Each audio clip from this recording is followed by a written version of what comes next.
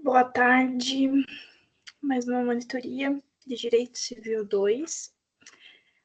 Hoje vou trabalhar com vocês um pouquinho de inadimplemento, a gente vai continuar no inadimplemento. Vou compartilhar minha tela para facilitar as anotações.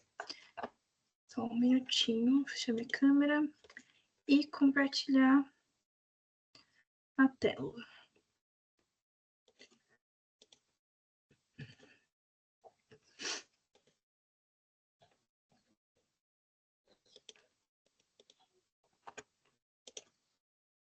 Pronto. Então, hoje, a gente vai ver um pouquinho de inadimplemento, né? Continuar nessa matéria, de acordo com a matéria e as orientações do Chacon, do professor Chacon. E ao final, eu separei 3 exercícios também, referentes a o que a gente vai ver hoje. Bom, primeiramente, a gente precisa conceituar o inadimplemento. Normalmente, a gente diz que o inadimplemento ele é uma doença da obrigação, ou seja, quando uma obrigação ela não é cumprida da forma correta, devida, vai nascer o inadimplemento, ou seja, o descumprimento do que foi anteriormente pactuado, né? Isso vai gerar uma série de consequências jurídicas. O inadimplemento ele pode ou não derivar de culpa também, que a culpa seria um elemento aí essencial para definir as consequências do inadimplemento. Aí depois a gente tem as espécies de inadimplemento. A primeira é o inadimplemento absoluto. O inadimplemento absoluto, a gente diz que é quando a obrigação ela se torna impossível de ser cumprida de uma outra maneira. Então, você não consegue mais cumprir aquela coisa, aquela situação. É como se a doença, né, que a gente diz da obrigação, ela fosse até um ponto irreversível, que não dá mais para mudar. O inadimplemento absoluto, ele pode ocorrer em 3 hipóteses. A primeira seria a recusa do devedor. Eu coloquei o exemplo de que se o dono de um sítio se recusa a transmiti-lo a quem prometeu. A gente também pode ter inadimplemento absoluto no perecimento da coisa, ou seja, se um imóvel X que foi prometido a doação, ele for destruído por inundação ou incêndio, esse é um exemplo de perecimento, né, da coisa ali, ou também pela inutilidade da coisa para o credor, ou seja, se o buffet para uma recepção ocorrer em data diversa, então tem uma data X e não ocorre naquela data, muito provavelmente, se ocorrer depois, não vai cumprir ali o que precisava. Então, é uma coisa que não dá para ser. Não dá para ser cumprida de outra forma, digamos assim. O inadimplemento absoluto ele gera impossibilidade com a culpa, ou seja, por culpa do devedor, não foi possível e não poderá mais ser cumprida de forma útil ao credor, né? Aí a gente tem 2 artigos importantes, que é o 389, perdão, do Código Civil, e o 390. O 389, ele diz que se não for cumprida a obrigação, o devedor ele vai responder por perdas e danos, mais os juros, a atualização monetária e os honorários advocatícios também. E no 390, nas obrigações negativas, o devedor é havido por inadimplente desde o dia em que executou o ato que se devia abster. Beleza. Aí o primeiro tipo, absoluto. Segundo tipo. O segundo tipo é o fortuito. Ocorre quando o devedor ele não cumpre a obrigação devido a um caso fortuito ou força maior. Então, não existe culpa. Nesse caso, a gente não tem culpa. Eu coloquei um exemplo aqui para vocês de uma empresa de transportes que se comprometeu a entregar uma mercadoria na data X, numa data determinada, e no meio do trajeto, o caminhão ele é atingido por uma enchente imprevisível. Então, isso vai destruir a carga. Isso seria uma coisa que, assim, que não teve culpa. Não foi culpa de ninguém. Não foi culpa do motorista, não foi culpa da logística. apenas aconteceu. Então, o caso fortuito, ele gera possibilidade de cumprimento depois do fato.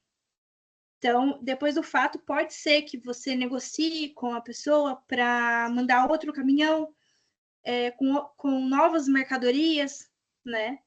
Então, isso pode ser negociado posteriormente.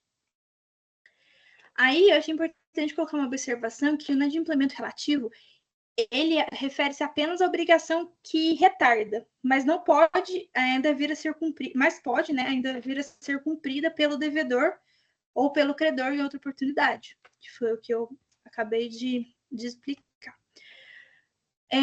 O interessante é vocês darem uma olhadinha também no artigo 393, que o devedor ele não responde pelos prejuízos resultantes do caso fortuito ou força maior se expressamente não se houver por eles responsabilizado. Então, depende de uma questão. Se expressamente não houver por eles responsabilizado. Se houver, beleza, vai ser responsabilizado. Se não tiver nada expresso, a gente aplica o 393. Aí o parágrafo único diz que o caso fortuito ou de força maior verifica-se no fato necessário, cujos efeitos não era possível evitar ou impedir. Não dava para você impedir, por exemplo, um incêndio, não dava para você impedir uma enchente, é uma coisa imprevisível e não dava para fazer muita coisa. Beleza. Por fim, a gente tem o inadimplemento relativo. O inadimplemento relativo, ele ocorre quando a obrigação ela não é cumprida no tempo, lugar ou forma estabelecida, mas ainda é possível de ser realizada, embora com um certo atraso, né? Aí, nesse tipo, o credor ele pode exigir a prestação atrasada e também pedir indenização por eventuais prejuízos aí causados pelo descumprimento parcial ou tardio da obrigação.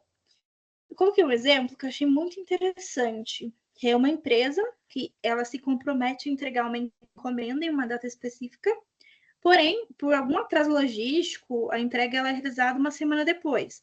Então, nesse caso, a entrega ainda é possível. O objeto ele não foi perdido, não foi destruído. O objeto ele permanece ali, mas não foi realizado no prazo estipulado. Então, o credor ele pode aceitar a entrega atrasada, mas tem o direito de pedir compensação pelos prejuízos causados pelo atraso. Aí, em consonância com o inadimplemento relativo, a gente tem o artigo 394, que vai considerar imóvel o devedor que não efetuar o pagamento e o credor que não quiser recebê-lo no tempo, lugar e forma que a lei ou a convenção estabelecer. E o 395, que diz que o devedor ele vai responder pelos prejuízos que a sua mora der causa, mais os juros, a atualização dos valores monetários e os honorários advocatícios, como a gente viu anteriormente esse artigo aqui. Por fim, a gente tem os efeitos do inadimplemento.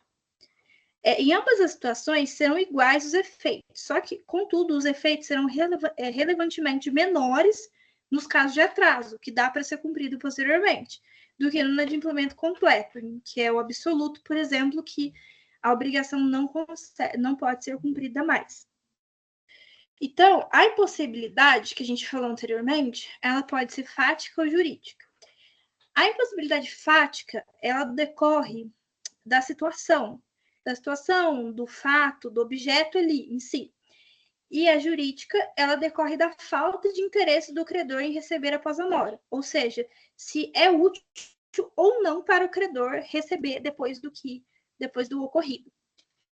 E também um ponto importante seria a responsabilidade patrimonial, que no inadimplemento respondem todos os bens do devedor. Então, todos os bens do devedor vão responder ali, né, nas questões de inadimplemento. Agora, esses eram os pontos que eu queria revisar com vocês e a gente vai para as questões, que são 3 questões. Vamos lá. A primeira questão diz o seguinte: considere as proposições abaixo.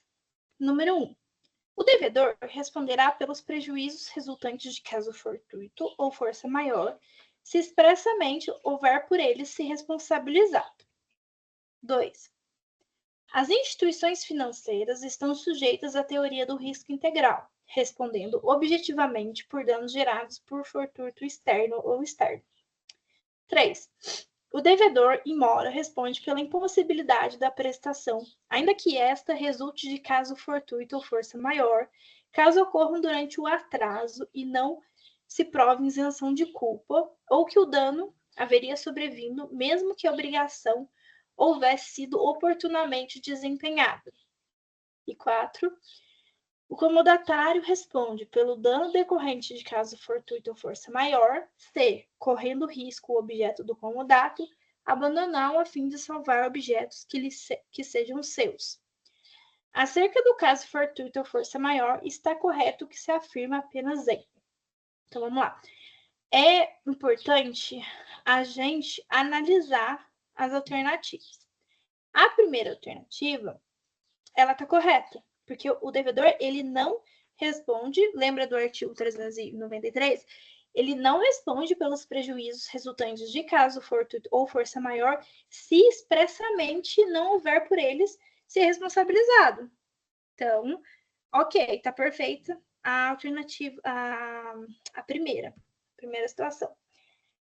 A segunda situação, ela é falsa. Vocês podem dar uma olhadinha na súmula 479 do STJ, que ela diz que as instituições financeiras, elas respondem objetivamente pelos danos gerados por fortuito interno relativo a fraudes e delitos praticados por terceiros no âmbito de operações bancárias. Então, são esses dois casos aí. O terceiro, a terceira afirmativa também está correta, porque vocês podem dar uma olhada no artigo 399, que o devedor in mora, ele responde pela impossibilidade da prestação, embora essa impossibilidade ela resulte do caso fortuito, né, ou da força maior, se estes ocorrerem durante o atraso. Então, salvo se provar a isenção de culpa, ou que o dano sobreveria ainda quando a obrigação fosse oportunamente desempenhada. Então, correta também, em consonância com o artigo 399. A quarta afirmativa, ela também está correta. Se a gente der uma olhadinha no artigo 583, diz o seguinte, que se correndo risco o objeto do comodato, juntamente com os outros do comodatário, antepuser estes a salvação dos seus abandonados ou do comodante, ele vai responder pelo dano ocorrido, ainda que possa atribuir o caso fortuito ou a força maior. Então, tá certinho. Ele vai responder correndo risco o objeto ou abandoná-lo para salvar os objetos que sejam seus, tá? Correto também. Então, a gente fica com a letra D, alternativa 1, 3 e 4. A próxima, vamos lá. Próxima questão. A contratou B para cantar a sua festa de casamento. B não compareceu à comemoração do casamento na data estipulada. A hipótese é D. Letra A, inadimplemento relativo. Letra B, inadimplemento absoluto. Letra C, mora.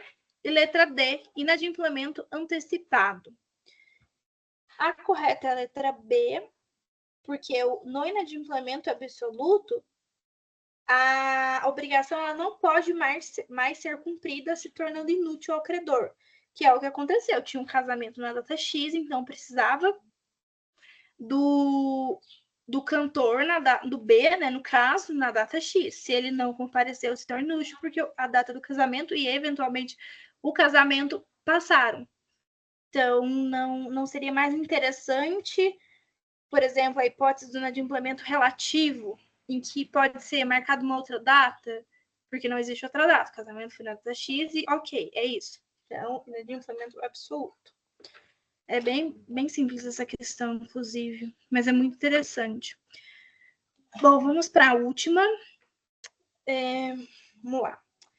Thalita celebrou um contrato com Ronaldo, no qual assumiu a obrigação de entregar no prazo de 1 mês, 10 vasos esculpidos à mão. No referido contrato, foi estipulada a cláusula penal para o caso de inadimplemento. Passados 2 meses, Thalita ainda não havia esculpido os vasos. Sobre o caso narrado, assinale a alternativa com a consideração correta. Letra A. Thalita incorre de pleno direito na cláusula penal, desde que dolosamente tenha se constituído em mora. Letra B. Considerando que a cláusula penal foi estipulada para o caso de total inadimplemento, esta converter-se-á em alternativa ao benefício de Ronaldo. Letra C. Para exigir a pena convencional, Ronaldo deve demonstrar que sofreu prejuízo. Letra D. A pena estipulada pelo inadimplemento não poderia ser reduzida, ainda que Thalita tivesse esculpido parte dos vasos. E letra E. O valor da cominação imposta na cláusula penal só pode exceder o da obrigação principal, caso reste demonstrado dolo por parte de Thalita. Vamos lá. Vamos começar pela letra A, que diz que a Thalita incorre de pleno direito na cláusula penal, desde que ela tenha agido dolosamente e tenha se constituído em mora. Tá errado. Tá errado porque no artigo 408 diz que incorre de pleno direito o devedor da cláusula penal, desde que culposamente deixe de cumprir a obrigação ou se constitui em mora. Então, tá errada a letra A. A letra B diz que, considerando a cláusula penal foi estipulada para o caso de total inadimplemento, esta converter-se-á em alternativa ao beneficiário de Ronaldo. Tá certa. Ela tá certa com base no artigo 410. Depois dei uma olhadinha lá no artigo 410. A letra C, então, a gente vai ver porque as outras estão erradas, né? A letra C também está errada. Ela está errada também com base no artigo 416, que diz que para exigir a pena convencional não é necessário que o credor alegue prejuízo. A letra D também está errada. A letra D tem embasamento no artigo 413. A letra D diz que a pena estipulada pelo inadimplemento não poderia ser reduzida, ainda que Thalita tivesse esculpido parte dos vasos. E o artigo 413 diz que a penalidade deve ser reduzida equitativamente pelo juiz se a obrigação principal tiver sido cumprida em parte, ou se o montante da penalidade for manifestadamente excessivo. Então, também está errada. E, por fim, a letra E, que diz que o valor da combinação imposta na cláusula penal, ela só pode exceder da obrigação principal caso ele reste demonstrado dolo por parte de Thalita. E não, o valor da combinação imposta na cláusula penal ele não pode exceder da obrigação principal. Também tem embasamento no Código Civil, artigo 412. Depois é interessante dar uma olhadinha nesses artigos que eu citei. Inclusive, eu posso deixar indicado no material os artigos e os erros de cada letra para ficar mais fácil depois na hora de estudar. Bom, o que eu propus para hoje é isso. Vou interromper aqui o compartilhamento. Ligar a câmera. Minha câmera não está muito boa, minha câmera é péssima do computador, mas releve. Mas por hoje é isso. Espero que seja proveitoso para o estudo de vocês. A gente se encontra terça-feira que vem, nesse mesmo horário. E vamos seguir a matéria de acordo com o que o professor for passando em sala de aula, seja interessante revisar. Se vocês tiverem algum conteúdo que tem dificuldade ou que queiram que eu trabalhe aqui com vocês, pode colocar nos comentários lá, porque a gravação vai ficar salva no YouTube, na página mesmo de monitoria. Aí eu preparo o material e a gente conversa na próxima monitoria. Boa tarde, até semana que vem.